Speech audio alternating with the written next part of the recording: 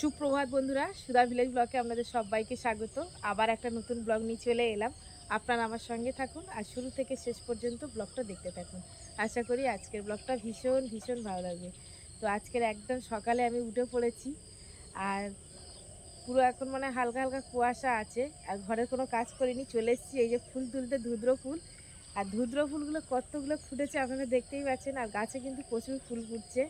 আর যেহেতু এখন গ্রীষ্মকাল আর গরমের সময়, এখন কিন্তু ফুল কিন্তু প্রচুর ফোটে প্রত্যেকটা গাছে। মানে বসন্তকাল, তো বসন্তকালে প্রচুর ফুল ফোটে।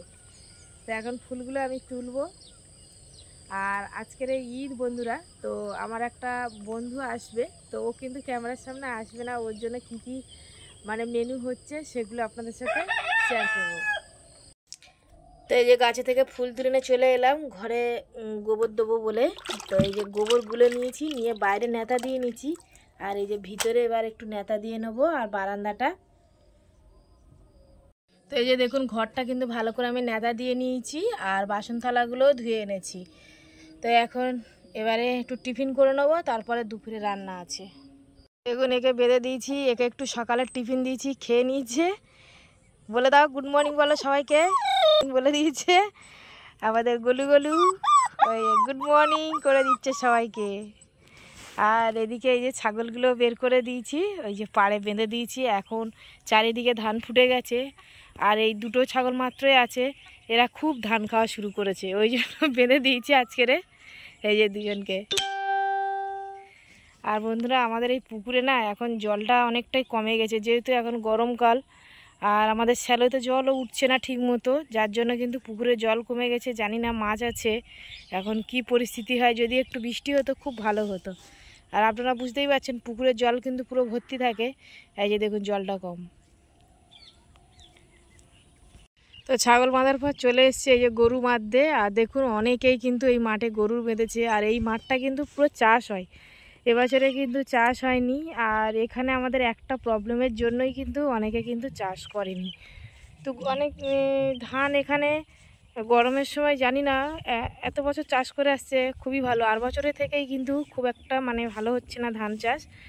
আর গরম পড়লেই তার আগে থেকে কিন্তু যে শ্যালোতে যে চাষ হয় সেই জলটা তখন ওঠে না, ওই জন্য এখানে কিন্তু অনেকে এই যে দেখুন জমিগুলো কিন্তু বাদ দিয়ে রেখেছে, চাষ হয়নি।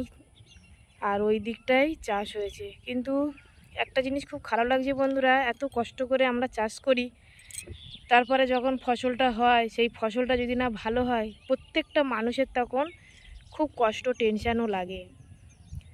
তো সেইটা আমি আপনাদের অনেকবার ব্লগে দেখিয়েছি, আমাদের ধান গাছ বা যেহেতু আরও অন্যান্য লোকেরও ধান গাছের কিন্তু একই ক্ষতি হচ্ছে।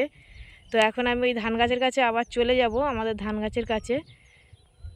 তো এই যে আমাদের জমিতে চলে এসেছি ধানের কাছে, আর এই যে এই দিকটায় কিন্তু ধানটা এখন ভালো আছে, যেহেতু জানি না পরবর্তীকালে আবার ফের খারাপ হবে কি না। আর এই যে মাঝ বরাবর আপনারা বুঝতেই পারছেন, দেখুন আমি একটু জুম করছি, এই যে লাল হয়ে এসছে না, এইগুলো পুরো লাল হয়ে না ধান গাছ পুরো শুকিয়ে যাচ্ছে, মানে ধানটা পুরো পুষ্ট হচ্ছে না। এইরকম মানে একটা রোগ এসছে, প্রত্যেকটা মানুষেরই কিন্তু এরকম হচ্ছে।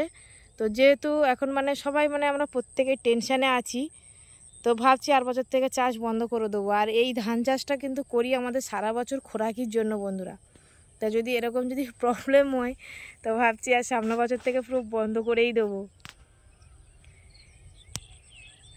আর এই ধানটা আমাদের চাষের জন্য কিন্তু অনেক কষ্ট করতে হয়, প্রচুর কষ্ট করতে হয়, সার বীজ থেকে জল থেকে।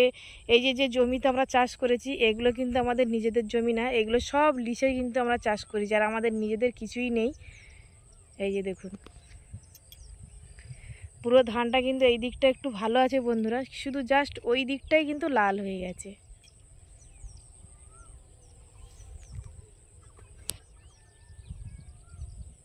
আর দেখুন এই যে দুপুরে কিন্তু রান্না করে নিয়েছি, ডাল, মাংস আর ডিম হয়েছিল, আর এখানে কিন্তু 4 রকম ভাজা হয়েছে, আর হয়েছিল সেমই আর ভাত।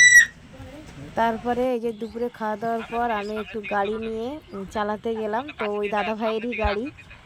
আর এই যে প্রথম কিন্তু ফার্স্ট টাইম কিন্তু আমি শিখছি, আপনারা কিন্তু কমেন্টে জানাবেন কেমন হয়েছে। তো একবারই দেখিয়ে দিয়েছি, তারপর কিন্তু আমি নিজেই চালানো শুরু করে দিয়েছিলাম। তো একটু মানে হাতটা এদিক ওদিক হচ্ছিলো, ভয়ও করছিল। তো এই যে দেখুন আমি কিন্তু চালাচ্ছি ঠিক। তো আশা করি আরও ভালোভাবে চালাতে পারবো আপনাদের আশীর্বাদে। তো আমাদের দুপুরে খাওয়ার পর আর এই যে দেখুন দাদাভাই কি নিয়ে এসেছিলো। তো এই যে দুরকম কিন্তু এখানে সিমুই আছে, আর সিমুই মানে যা যা লাগে সব কিন্তু দাদাভাই নিয়ে এসছে। আর আমার জন্য একটা সুন্দর ড্রেস নিয়ে এসছে, এই যে দেখুন। এই ড্রেসটা আমি শর্ট ভিডিও তো করেছি, আপনারা চাইলে ওখানে দেখে নিতে পারেন। আর এই যে তো সিমুইগুলো তো যত্ন করে রেখে দিতে হবে, আর অল্প অল্প করে বানিয়ে বানিয়ে খাবো, আর আপনাদের সাথে শেয়ার করব। আর কি করছি সেটাও আপনাদের সাথে শেয়ার করব। তো বন্ধুরা, ওরা তো সব চলে গেছে বিকালে। আর এদিকে দেখুন এই দাদা ভাইদের একটা পুঁইশাক বাগানের আগেও কিন্তু দেখিয়েছি, তখন ছোট ছোট ছিল। এখন দেখুন ডোক ছেড়েছে, আর কি সুন্দর সরু সরু ডোক, বেশ ভালোই লাগে কিন্তু। আমি কিন্তু অনেকবার কিন্তু দাদাদের থেকে নিয়ে খেয়েছি, আর প্রচুর হয়েছে। এই যে দেখুন জল দিয়েছে, ডোকগুলো বেশ ছেড়েছে, ভালোই লাগছে। তো ব্লগটা আর বেশি বড় করব না, আজকের ব্লগটা এখানেই শেষ করছি। যদি ব্লগটি ভালো লাগে সাবস্ক্রাইব, লাইক, কমেন্ট, শেয়ার করবেন। আর আমার পাশে থেকে আমাকে সাপোর্ট করবেন। যারা আমার ফেসবুক পেজে ভিডিওটা দেখছেন পেজটিকে ফলো করবেন। সবাই ভালো থাকবেন, টাটা।